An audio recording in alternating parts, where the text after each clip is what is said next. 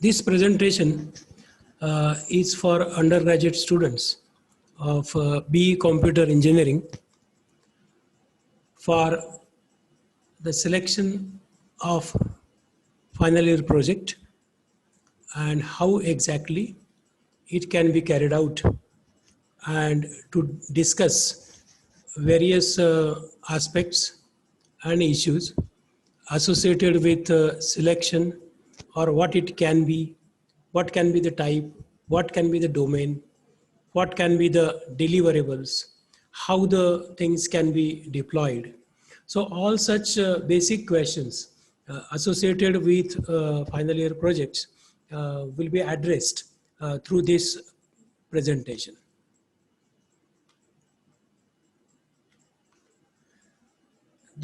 This project selection, whenever we are carrying out, we are always interested in noting that what can be the domain of our discourse.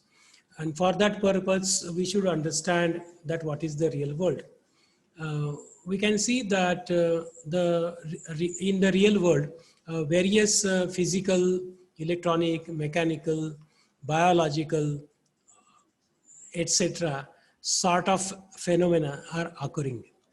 And whenever these phenomena are occurring as per the scientific rules and regulations, so many things are being generated. The data is generated, some visuals are generated, sometimes the sound is generated, sometimes the action is being generated. So many things are happening in the real world.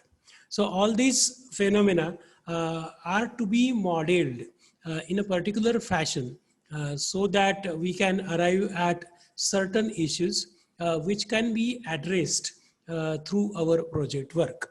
So for that purpose, we have to clearly define that what can be the problem definition which will be addressing a particular issue, and which will also giving you the idea that how this particular issue or a problem can be solved and using what kind of methodologies. So whenever this entire thing is to be included in a statement which is called a short statement, which is called problem definition. So once we arrive at a problem definition, that means we are defining our project title, that means we are defining our project scope, that means we are defining that what exactly the task is ahead. So everything will be confined in a title called problem definition. So this is a very important thing to understand the real world first. That is where our domain lies. And from that domain, we have to model the things in such a fashion that we can apply the logical thinkings, we can apply the mathematical modeling, and we can convert the real world situation into a particular problem definition. So for that purpose, this modeling is very much important issue. And this is, if we do this job particularly, then definitely we are arriving at a good sound problem definition of our project. So whenever we are selecting a domain from the real world, obviously there are so many such systems. The systems can be biological, or it can be a social media, or it can be some physical phenomena. There can be some mechanical arrangements which is generating so much, which is accepting too many input parameters so that the system works. And then whenever it is operating on these kinds of inputs, then so much of data is being generated. So here the diagram says that there is a system in the domain that is called S, and this particular system accepts various sorts of input parameters, and by operating on them, the system by its own way generating a kind of useful output.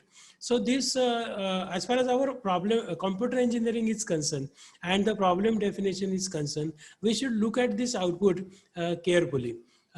we can say that the system is generating a sort of data. This data can be either static data or it can be dynamic data. Sometimes we refer to the data streams, which is nothing but the dynamic data. So whenever this data is being captured, observed, so data acquisition systems are there in the real world, and these data acquisition systems are actually capturing the data for a certain period of time. So periodic data can be captured, the period can be decided, and this particular data can be stored in a database which we generally call as data sets. So such kind of data sets are sometimes commercially available, or for educational purpose also they are freely available on the nets. So such kind of data sets are to be used whenever we are testing our systems when we are developing them. So it is very important to understand this particular thing, that this particular output which is being generated by the system residing in a particular domain, that thing is being used as the input to our project. So now we know now the problem definition. We know that what kind of data input we are going to use, and then based on the project idea, there can be a general project block diagram which is appearing on the screen. So these four blocks which I am showing you are actually always there, or they can be more elaborated in a particular project if necessary. So the project as such can be divided into four modules, and this project or the system is going to accept the input in some form. So first, what we have to understand that what is the input, what kind of input we are applying, and how many attributes are there in the input, or sometimes we call them features also. So how many attributes, how many records are present in the data sets which we are going to use for our project for testing purpose or training purposes. And this understanding this input, we can now we will be ready to apply this to our first project module, that is the data pre-processing block. Many a times data pre-processing is required. We know that in certain databases the values are missing. Sometimes the things are uncertain. So to address such kind of issues where the blank things are there, missing values are there, noisy values are there. So all such repetitions are there, duplicacy is there. So whenever such kind of thing is there, obviously we carry out data pre-processing, or sometimes we have some sound input, or sometimes we are having the images as an input. So it is required that the images should be filtered, the sound is to be filtered, so that we can remove the noise. So filtering is also kind of data pre-processing thing. So once that is done, then the refined kind of input will be available, and this can be given to our next block, which is very important. That is called feature extraction. So because the input can be in any form, but finally, whenever we are using machines to process the data, obviously the input should be in a vector form. That means it should be a feature vector, and there should be some finite number of features or attributes present in the feature vector. Now, whenever there are so many number of features available, either in the records directly present or the things generated from the images, it is very much required to select or extract the features from the finer input. So feature extraction is that important block which will be deciding that how many number of inputs are to be there, which features are to be there, and then based on our domain knowledge, based on our ideas, based on our conventions, by using various approaches, we can carry out this feature extraction. It depends on the domain, it depends on the input type, that what kind of feature extraction is necessary. So now we'll be having the feature vector finally to be processed with our logic. So the next block is data processing, and that means it is applying certain algorithm, it is applying certain procedure, it is applying certain logic on the input. This logic is the thing which is our project idea, that how this particular vector or a feature vector or a record sometimes is to be processed so as to get some useful kind of output. So data processing is nothing but some logic is to be employed. That's what the core thing as far as our project is concerned. So data processing block is our core block as far as the project is concerned.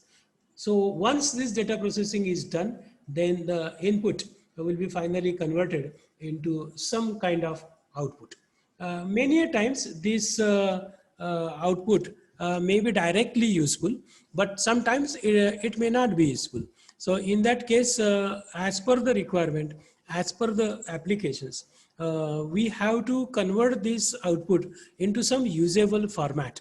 So that's why the last block shown in the block diagram, it says that usable output generation, so that finally it can be useful. So that's what our purpose is, that why we carry out the project, because the particular input, whatever may be the form of that, is finally processed, and we are converting that thing into some useful output. Some inference will be drawn, and that can be useful as far as the society or the domain of discourse is concerned. So this is very important slide which I have shown to you.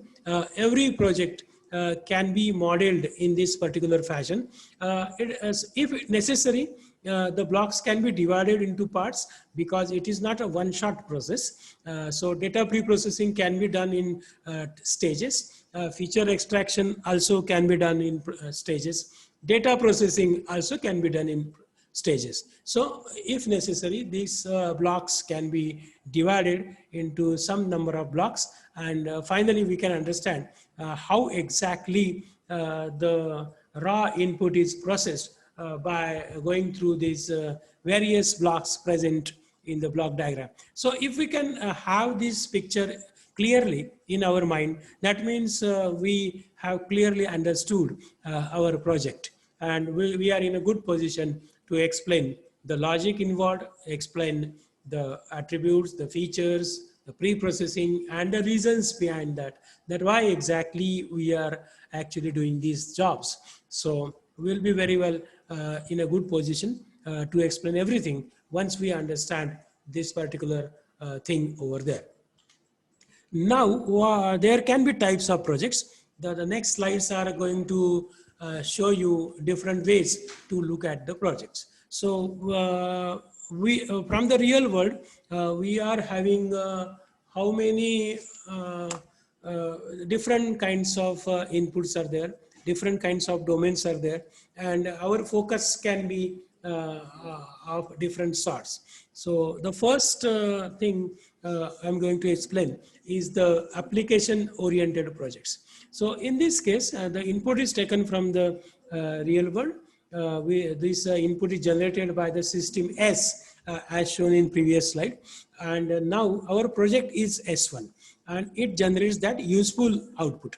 So what exactly we mean by this is going like this, that similar systems like S1 may exist, but the method of obtaining the same output is different in S1, which improves performance parameters like speed or resource requirement like memory, or it might be using a method so that the cost can be reduced. So some application kind of thing is there, and that's why if we are our project is of type S1, that means there are similar existing systems, but we are producing some better kind of system with respect to these parameters. So this is type 1 project. Then there can be a second type also, that is research oriented projects. So what is the difference now between S1 and S2? It's clear that similar systems exist, but the changes in them, that means if we change some existing system in some manner, changes in them improves the performance parameters like accuracy, precision, recall, etc. That means what, that there is a system which is accepting a same kind of input, producing a same kind of output, but our system called S2 is better than that because it is having better accuracy, it is having better precision or recall parameters. So whenever we do such kind of projects, then we say that we are doing certain research, and this is a research type of project. And the third thing now is innovative projects. Now here what is happening, the system S3 is our innovative project in the sense that similar system actually does not exist. That means the real world is generating the data, but nobody has yet used such kind of data for some useful purposes. So whenever this thing is there, obviously there is some innovation. It is a novel idea now to use a kind of input which is not used yet. So that's why we say that similar system does not exist, and it is a novel idea to use the input to obtain some kind of useful output. So whenever we are doing such kind of system called S3, that means if our project belongs to this particular category, then we will say that ours is an innovative project. So this is the third type. So our undergraduate project can be classified into these three categories. Lastly, what we can see that our project is P, which is complete, and it is associated with a particular domain for which we have done that job, and we have to put that project in that world so that the world will change in the useful manner. Any system, any parameter like efficiency, usefulness, speed, accuracy, whatever it may be, some parameter will be changed. If we place our project P, it may be of any type, either S1 or S2 or S3. If our project P is placed in that domain, obviously the world will be changed. Where exactly it is to be placed, it is called deployment. That means in a simple manner, whether suppose we are producing certain kind of software, so where exactly it is residing, say in the client server case, whether it is at the client side, whether it is at the server side, where exactly. If we are producing certain part, where exactly it is to be deployed, where exactly it will be connected, so that the entire system will be performing a better job. If we are producing a particular subsystem which will be part of a more complex system, and we are just improved a subsystem of that as our project, obviously that will be fitted over there, and it should be compatible over there. Otherwise, it can't be fitted. So whenever we are having this deployment in our mind, we should know some things like what is the possibility that we can do this thing, what are the laws associated so that we can place that system, our project, in that domain. What are the ethical issues associated, like we are developing some mobile application. What are the ethical issues associated with that? So what are the agreements as far as the customer side is concerned, as far as the user side is concerned? So all these issues are to be handled in the deployment case. Of course, whenever we are developing any system, it should be for the safety should not be overlooked. Safety is the major concern. Otherwise, the system which we are producing will be hazardous to the society. So all these issues are associated as far as the deployment of our project is concerned. One should take care of this. Otherwise, there can be problems. Though the system is developed, you can't put it in the domain. If it is possible, then definitely there will not be any use of this kind of thing. Lastly, whenever we are completing our project, what exactly we are delivering, what are the deliverables. So we are producing certain kind of software. If ours is a pure software project, sometimes along with the software we are having a kind of hardware also, so it is interconnected, so that is also to be a part of our deliverables. Along with this, we should have the product specifications, like if we are developing the software, then what is the requirement so that it will be running on our systems, what is the configuration required as far as the systems are concerned, how much is the RAM required, what should be the processor speed, okay, what are the other licensed softwares to be there in the system, what is the operating system. So all such issues are there under product specifications. So all of them are to be specified in a proper manner. And lastly, the product which we are developing that will be used by the user who is the layman. So obviously the user manual is to be produced, or product manual also can be. Product manual is a larger thing, user manual is a smaller thing. So it can be there that how the things can be installed, how the installation setup required, what steps are to be followed, what care is to be taken, how to handle the product. So all such things are there in the user manual. So with this, we can finally conclude that how the undergraduate projects can be carried out right from the selection to the deliverables. Thank you.